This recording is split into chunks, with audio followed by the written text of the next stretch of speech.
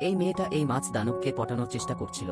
তখন এই মাছ দানব লোকটা এই মেয়েটার রূপে ফিদা হয়ে যায়। কিন্তু এই মেয়েটা তার উদ্দেশ্যের কারণে এই মাছ দানবের উপকার নেওয়ার জন্য তার রূপ দেখিয়ে পাগল করার জন্য তার রূপ দেখাচ্ছিল।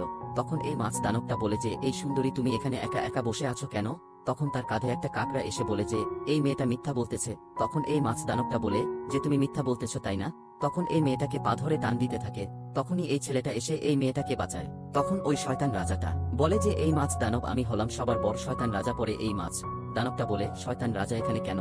পরে এই শয়তান রাজাটা বলে যে, তোমার একটু প্রয়োজন আমার। পরে এই মাছ দানবটা বলে যে, আমি তোমাদের কোনো উপকার করব না। পরে এই বুড়া মহিলাটা বলে যে, তোমাদের দ্বারা কোনো কাজ হবে না, আমারই কিছু করা লাগবে। পরে এই ছেলেটা বলে যে, ওই বুড়া মহিলাকে বলে, তোমার মুখ দেখে এই মাছ দানব কখনো ফিদা হবে না। তখন এই বুড়া মহিলাটা একটা আপেলের শুকলা বের করে জাদু করে ওটা পুরা আপেল বানিয়ে ফেলে, এবং সেই আপেলটা খেয়ে সে একটা যুবতী মেয়ে হয়।